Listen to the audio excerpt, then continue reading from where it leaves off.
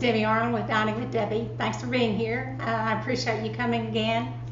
We're going to be making up today one of my favorite little things to have handy because it's so versatile and can be used in so many different ways, and that's salted caramel.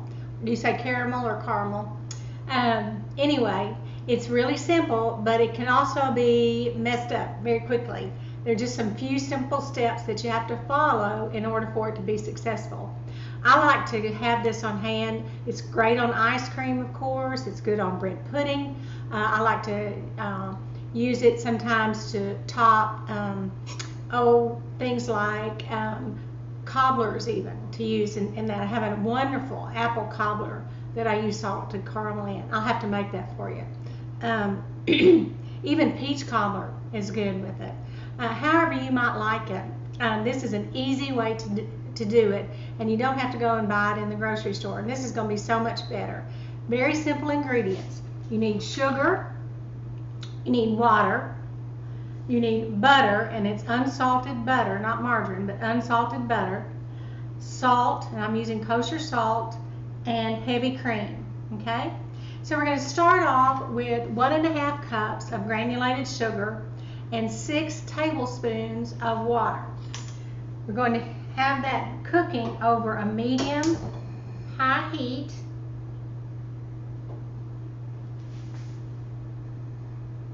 What we're going to try to do, or what we are going to do, is to dissolve that sugar in this water.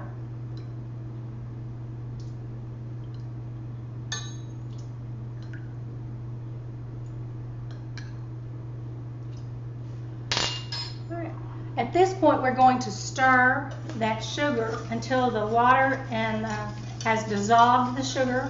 It'll be a slow process, and you will start to see the sugar just kind of melt. You don't want to try to do it too rapidly. It'll take 7 to 8 minutes or so. So once it gets good and melted, I'll come back and show you what it looks like, and then we'll talk about what's step 2. Okay? You can see it's kind of already starting to melt. Okay, our sugar has dissolved, and I think I told you over medium-high heat, actually medium-low heat. And at this point where the sugar is dissolved, you're going to stop stirring, but you are going to increase your heat now to medium-high. You want to bring this to a boil, and as you're doing that, you're not going to stir it. What you're actually going to do is you're going to kind of swirl the pan, give it a gentle swirl like this, just to keep it stirring, and you're going to brush the sides with a damp brush, not a dripping wet brush, but a damp brush. And the reason you do that is you don't want crystals to form, so you don't stir it around. You just use that wet brush, damp brush, to keep the liquid that has been boiling up on the sides, keeping it stirred down. You're going to let this boil until it turns a nice dark amber color, or just depends on how dark you want it to be. I don't like mine too dark, obviously. About the color of honey, but not molasses, okay? And you want to make sure you're using a good sized pot, because if you don't, at the stage where the cream is added, you're going to find yourself in trouble. You want a big pot, because that cream, once it's added in there, that's going to cause it to foam up, much like when you add soda into peanut brittle or something like that, and it foams way up. You want a big enough pot that it's going to contain that. We won't add our salt or butter just yet. We're simply going to do this process and let it cook until it turns a nice dark amber color, like I said. And so when it does that, I'll come back and show you what it looks like. In the meantime, remember, you're going to swirl it, and then you're going to use your damp brush, and you see me squeezing the water out, and you're going to brush the sides down. Just keep those sides brushed down so those crystals don't form and turn your syrup into sugar. Okay, our caramel is starting to brown. Once it starts to do that, it's going to go quickly, so you need to watch it carefully or it will burn. Sugar will burn so quickly. It's kind of like garlic, and how quickly garlic burns. And if you'll watch here, you'll see that it is already turning much browner than it was when I first turned the video back on. We're going to let it stay there just for another minute. It's been on about 7 minutes, 8 minutes, I guess, over that medium-high heat.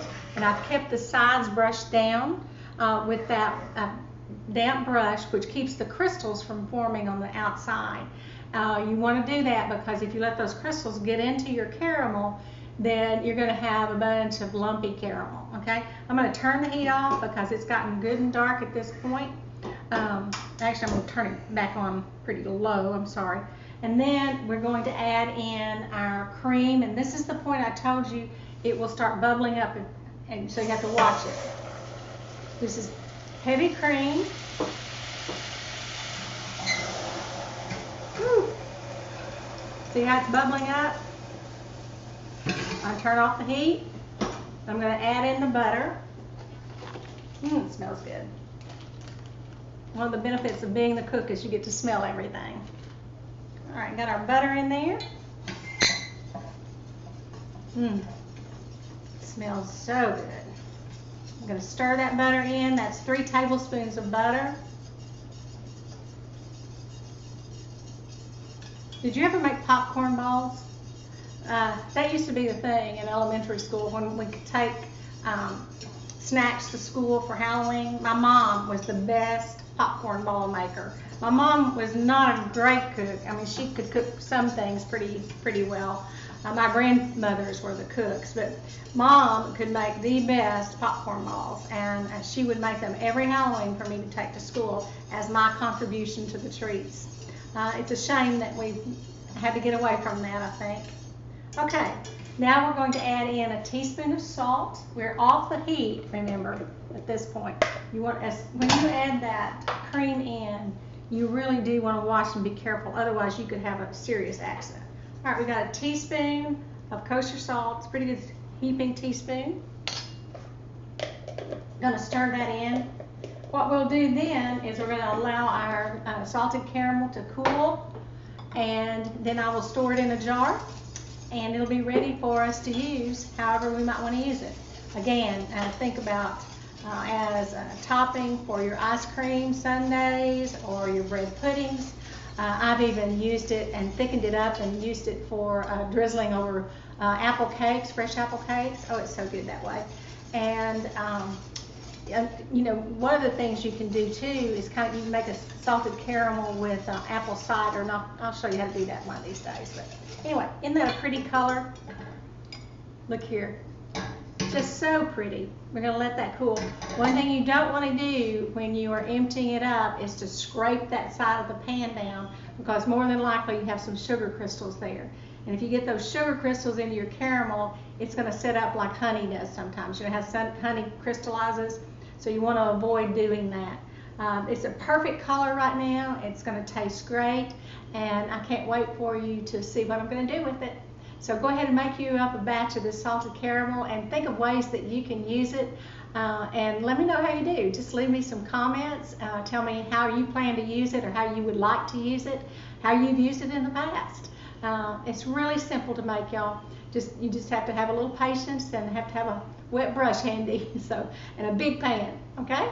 Thanks so much for being here. I really appreciate it. I hope you have a blessed day, and come again and see me soon.